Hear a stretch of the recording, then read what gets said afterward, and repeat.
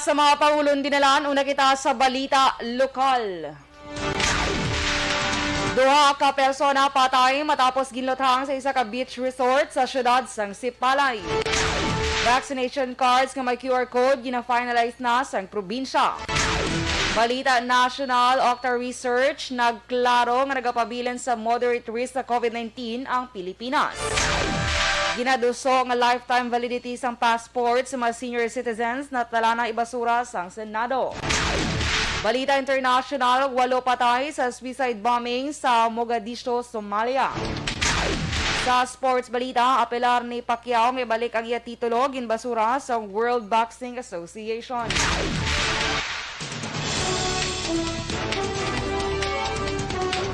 Maayong nga Bacolod, may nga Negros Occidental kag bugos nga Western Visayas. Welcome sa pagpangalagad sa Aksyon Balita Sunday Edition. Karon nga adlaw Domingo, Hulyo 11, 2021. Di naman si Aksyon Dorel, Cabatu. Detalye sa balita lokal pagkatapos gid lamang sini. Don't just throw away questions and statements. Kasma ng aton sining Facebook page pagiya sa Aksyon Radio Ladies and gentlemen, this is Aksyon Radio Bacolod. Aksyon Radio Bacolod #1. Nagpanguna ang Aksyon Radio Bacolod sa pinakaulihing survey sang Nielsen nga kakuha sang commanding radio station share para sa fourth quarter sang tuig 2020. Kami nagapasalamat sa aton mga kaaksyon sa padayon nga pagsalig kag pagsuporta. DYEZ Aksyon Radio Bacolod #1 with 40.10% radio station share. Number 2, Bombo Radio, 38.70%. Number 3, RMN Bacolod, 14.50%. Aksyon Radio Bacolod #1. During this crisis, the result of the survey proves that Aksyon Radio Bacolod serves the public best and will continue to give you the best broadcasting activities. Madamo nga salamat mga kaaksyon for making us #1. Aksyon Radio Bacolod #1.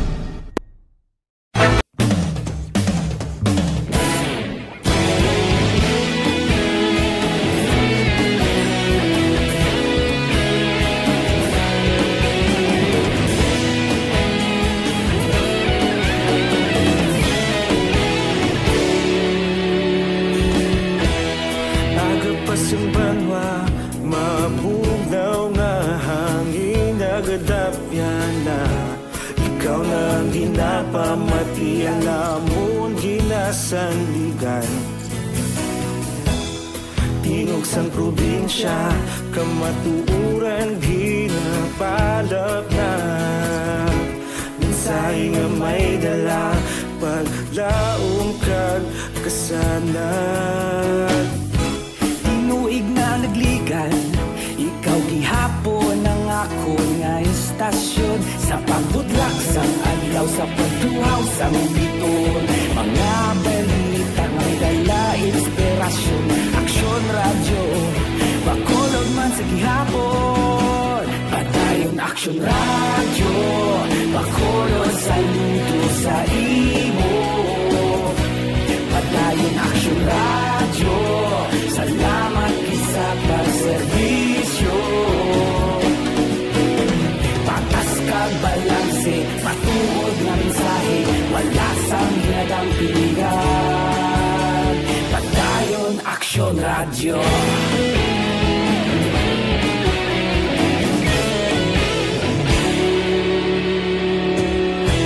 Bacolod nun kag Negrosanon, inyong pamatian.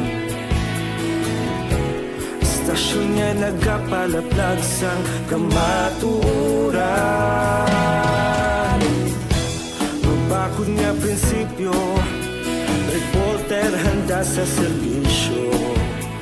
Kahapon, karon kag sa gihapon, kita magapadayon.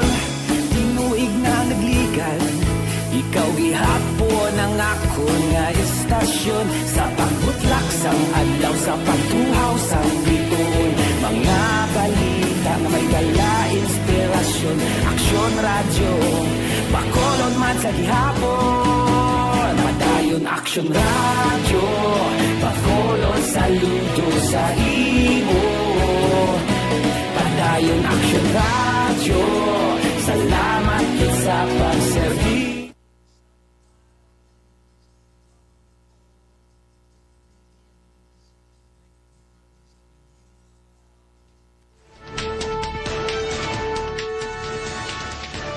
Lasay 7 Aksyon Radio, Philippine Standard Time, pabalik sa Aksyon Balita Sunday Edition, detalye sa balita lokal.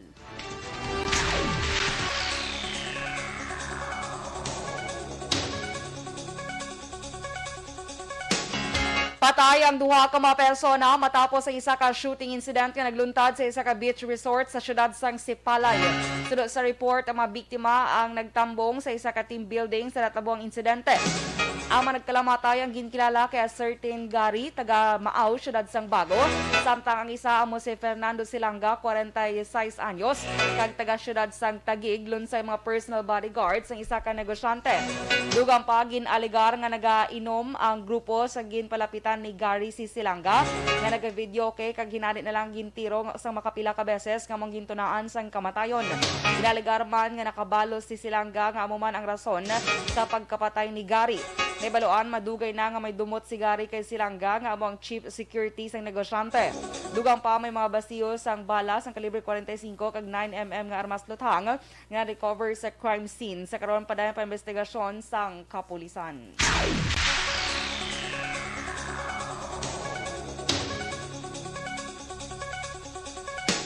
Ginkompirma ni Lieutenant Colonel Norberto Baniso, Chief of Police ang Kawayan Police Station, nga ila na intercept ang ginaligar ginsakyan sa iban nga mga suspect sa shooting incident nga nagluntad sa isa ka resort sa syudad sang Sipalay gabi sang Hulyo 10. Suno kay Baniso, gilayon sila nagpatigayon sang drugnet operation sa National Highway kag base sa paglaragway ni Sipalay City Chief of Police Major James Latayon. Ila nakita ng van apang driver na lang sakay kag wala na ang ginaligar iban nga mga suspect. Dugang pa ni Barniso sa pahayag sang driver ginpainwala sini nakilala niya ang managkalamatay apang ginsiling sini nga ngalan sang boss niya amuman ang amo sang managkalamatay nga bodyguards. Palayag ni Barniso, papauli na kuntani ang driver sa syudad sang Bacolod sang ila na intercept malas 7:30 sang gabi. Dugang pa, may 4 kaiban pa nga mga salakyan nga sakay ang pila ka miyembro sa nasambit nga kompanya ang ginhold man sa Kawayan Police Station para pangayuan sang statement angot sa natabo.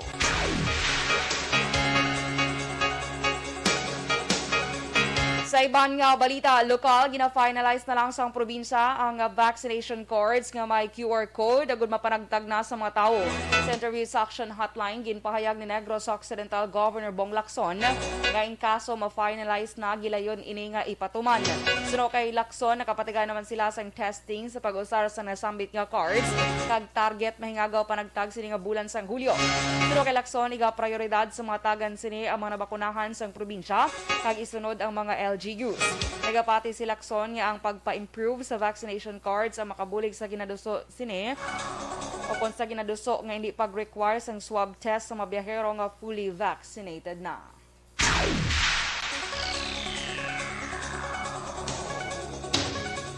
Ginapaabot ni Councilor Carl Lopez nga maprobahan na sa third and final reading sa masunod nga sesyon ng ordinansa nga iya gin-author may kang tanan sa African swine fever nga concern.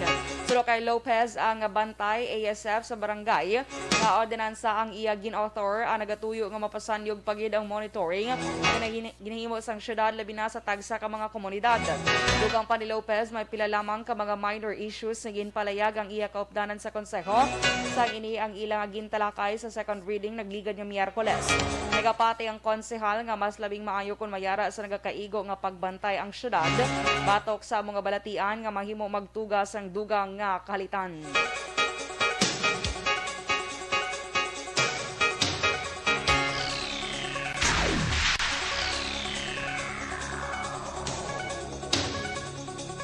Pagasundon sa Sipalay Local Government Unit ang Resolution number 101 nga naga-require sa negative RT-PCR test sa mga domestic tourists. Suno kay Jeric Lacson, Sipalay Tourism Officer sa executive order nga ginpapanaog ni Mayor Maria Gina Lizares sa bulan sa Hulyo nakasaad nga kinahanglan nga negatibong RT-PCR test result lamang ang batunon sa LGU. Dugang ni Lacson may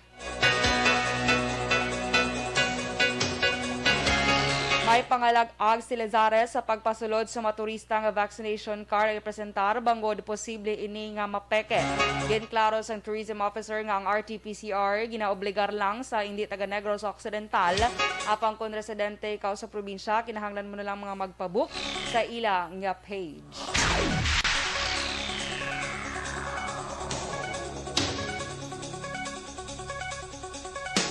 Sa katapusan nga balita, Luka, ginaprepara na sa Metro Bacolod Chamber of Commerce and Industry ang sulat nga ila plano ipadala sa talatapan sa Department of Energy o kung DOE angot sa ila ginakabalakan nga posible pagtaas sa presyo sa kuryente.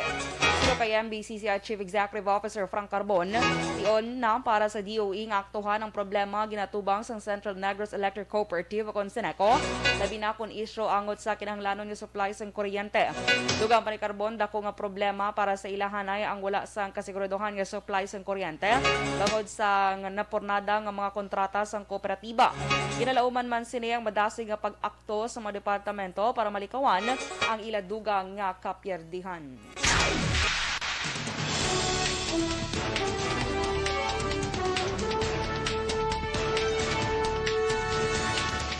Sa Balita National, Octa Research nagklaro nga nagapabilin sa moderate risk sa COVID-19 ang Pilipinas. Ginaduso nga lifetime validity sa passport sa mga senior citizens na tala na ibasura sa Senado. Detalye sa Balita National pagkatapos gid lamang sini. Once upon a time. Alright, good morning mga ka-aksyon. Dahil lang, medyo tunog ang ato niya. Okay, mayong aga and happy Sunday everyone! Kamusta ka mo mga ka-aksyon sa nag-aupod sa ating monitor sa Facebook Live? Ano? Hindi mo kabatian. Okay, wait. So may nagasulod. Gali nga, ano. Sige, dali lang.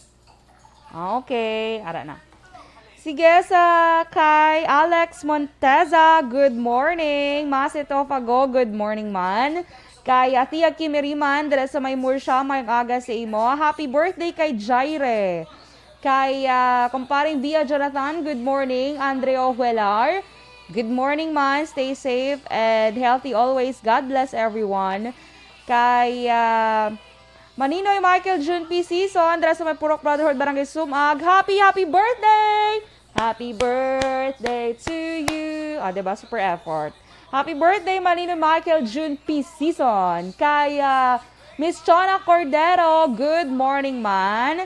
Sa Cordero family and okay, God bless you. Kay Wilma Inocencio Cabarles, good morning. Ari naman ako nga matext inyo kay tapos na ang module class ng akon hinablos. Ate, very good. Kay Miss Jinky Dilagdon, mayang aga, Aksyon Dorel, kag kay Mr. Beboy Villasor, kag sa tanan nga members sang Energy Fans Club, kag sa pamilya dala sa may barangay Pandanon, DSB. Kay Ma'am Van and Doc Mayo, mayong aga dala sa inyo, ay mayong hapon gali. Ma'am Van, Mayo and Doc Mayo sang Minnesota. Kay, yes, happy birthday ko no. Kay Maninoy Michael from Miss Jinky. Elias Bandada, good morning and happy blessed Sunday to you. Nag-monitor siya dra sa may KSA or Kingdom of Saudi Arabia. Okay. Kay, yes, ay good evening na tagali Ma'am Van. Happy weekend and good evening dra sa inyo. Okay, sige. Kaya Manang Christy, Carpol Tanatan, good morning, nagapamati dra sa may San Enrique. Kag si Dennis, good morning man dra sa may San Enrique. Kag madamo sang ginag-greet si Sir Alex Montesa do. Sila ni Ma'am Van, Miss Jinky, and of course tanan niya members ng Energy Fans Club. Perte, winner, naging siya sa kadamoon sa iya ginag-greet ya everyday. Wala gid siya kakalipat. Perte, gid kapisan, mang-greet. Good morning lang sa tanan niya ginatamyaw dara. Okay? Kay Sir Leo Talaban sang La Castellana, nagaupod man siya. Good morning sa imo. Kay Kagawad Milagros Alit, good morning man. May lang nga pagpamati. Kay sino pa? Kay Teacher Romela Arevalo, thank you gid sa manamit nga siomay. Nakatilaw na gusang ya siomay kay ginapadala niya kami siomay kahapon, perte ka namit. Salamat gid. And of course kay Ma'am Maria Luisa Melos, thank you so much. Hambal ni Ma'am Van, matanaw ko sa camera. Ay naman Van. Okay, sige. Standby. Aksyon Balita.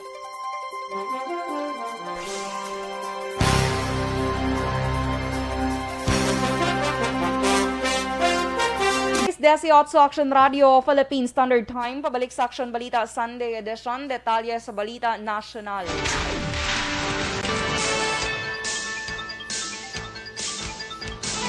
Ginpahayag ni Dr. Guido David sa Octar Research nga nagapabilin nga moderate risk sa COVID-19 ang Pilipinas kasunod sa anunsyo sa Department of Health nga ang pungsod wala na classify bilang low risk sa infeksyon.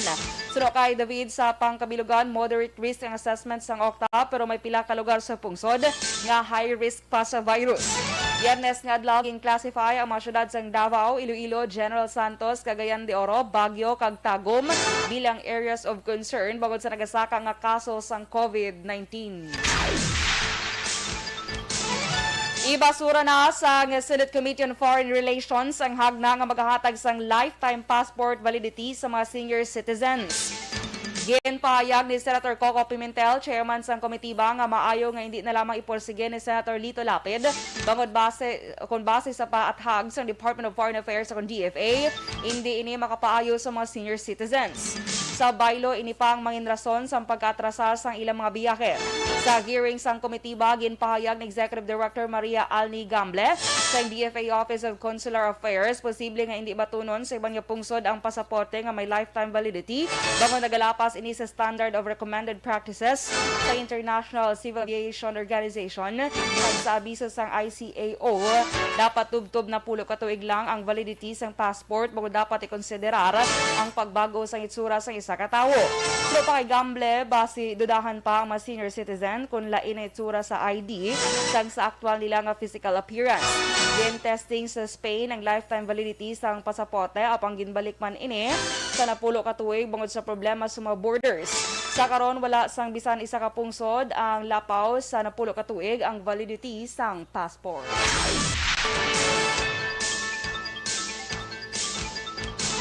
Hindi mag-surrender ang PDP laban sa idalom sang pagpamuno ni Party President Senator Manny Pacquiao agud mapabilin ang grupo.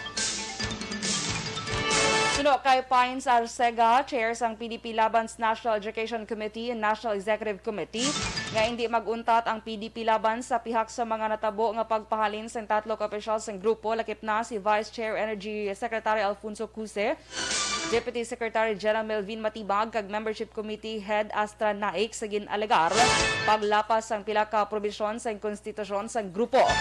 Sa pihak nga bakin, magapatigay naman sa National Assembly sa Hulyo 17 ang grupo ni Cuse. Sunod kay Arcega, kampante ang grupo ni Cuse, bangod suportado sila ni Presidente Rodrigo Duterte.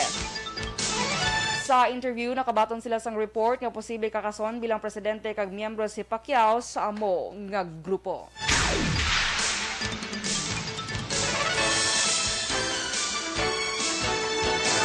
Ginpahayag sang Department of Information and Communications Technology o kon DICT nga mag-umpisa na sila sa pag-issue sa COVID-19 vaccine certificate sa mga fully vaccinated nga mga individual sa bulan sang Agosto. Sino kay DICT Undersecretary Manny Kaintik, pinapanawagan sila ang mga local government units nga dasigon ang pag-encode sing vaccination information sa ilang mga residente sa database system sa ahensya, agud nga ma-verify. Dugang pa ni Kaintik, mayara sang tugtob Hulyo 31 ang mga LGUs agud makompleto ang pag-encode sa impormasyon sa mga nabakunahan na sa ilang vaccine information management system.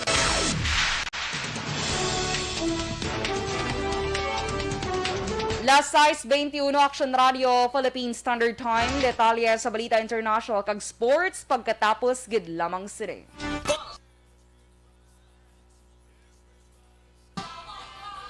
Okay, so good morning again. Aksyon Balita, Sunday edition. Baryogare, good morning sa imo dira sa may Pandanon DSB. Kumusta matugnaw gid aguro subong sa DSB mo kay syempre digi sa Bacolod pagkadto ko sa station kay na katugnaw gid siya. Kay Ma'am Van, gina-greet niya man happy birthday si Maninoy Michael June P. Season.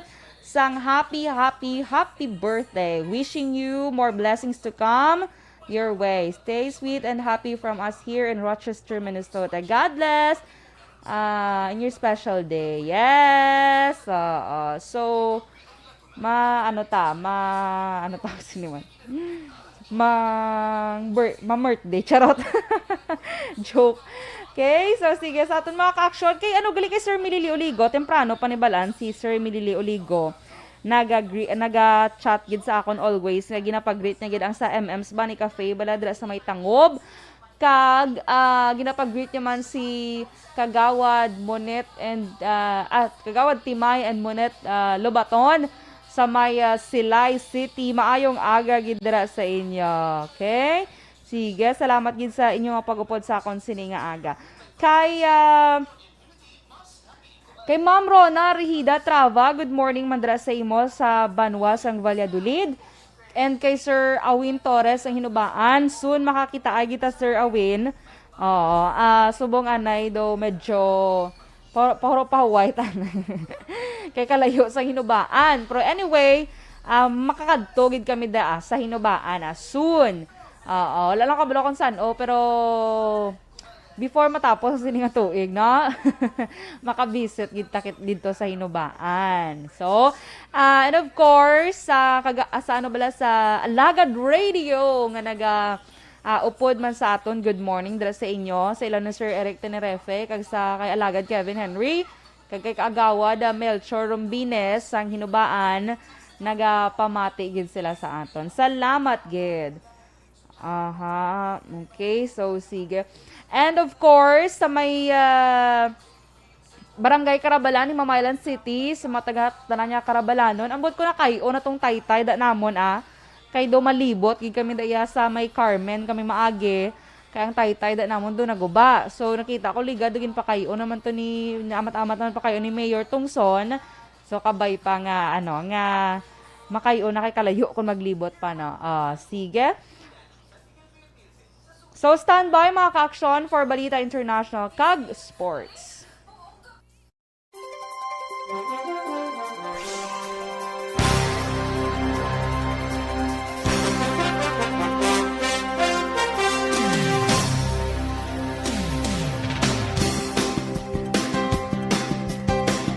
Sunday edition sa Aksyon.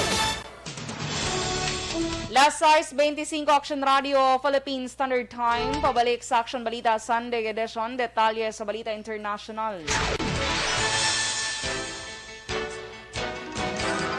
Walo ka mga tawo ang nagkalamatay kasunod sang pagsigabong nga nagluntad sa isa ka suicide car bomb nga ang target ang isa ka government convoy sa isa ka junction sa capital sang Somalia nga Mogadishu. Pero kay Abisadis Abu Musab, Military Operations Spokesperson, ang militante nga grupo nga Al-Shabaab ang sa likod sa nasambit nga pag-atake. Gusto sa nasambit nga grupo nga bungkago ng gobyerno kag magpatuman sa istrikto nga interpretasyon sang Islamic Sharia law.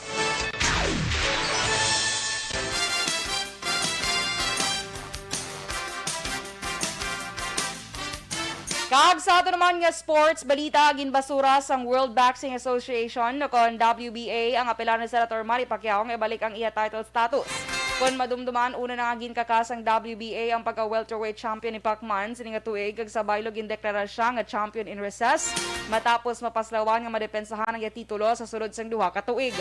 Bangod sini ginhatag sang WBA ang welterweight belt sa next in line nga si Yordenis Ugas sang Miami, USA. Kung madumduman sa itong bulan sang Mayo, nag-file sang apelar si Pacquiao sa reinstatement sang iya titulo sa WBA matapos ginanunsyo ang Pacquiao-Errol Spence showdown sa Agosto 21 nga patigayunon sa T-Mobile Arena sa Las Vegas. Sa piyak sang desisyon sang WBA, wala man ini sa epekto sa nagahilapit nga away sang Pinoy ring icon kay sa baylo nakataya o kung ang nakataya na lamang kag ginatinguan nga agawon sini. Amo ang duha ka titulo nga uyat ni Spence sa IBF kag WBC welterweight belt.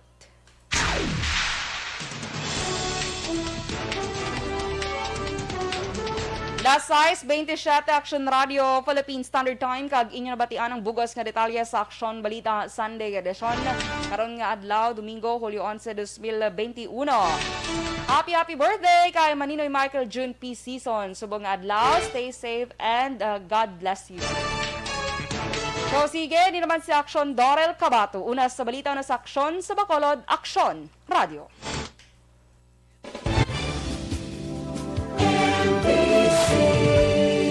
Manila Broadcasting Company. Sa balita, komentaryo, issue, serbisyo publiko. Aksyon Radio. Sa Bacolod, Aksyon Radio. Aksyon Radio.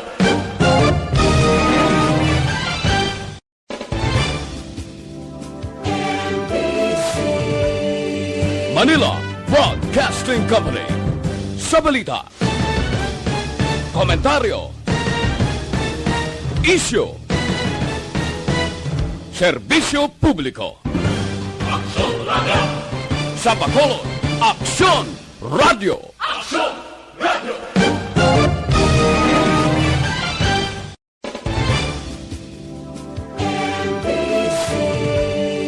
Manila Broadcasting Company. Sa balita, komentaryo,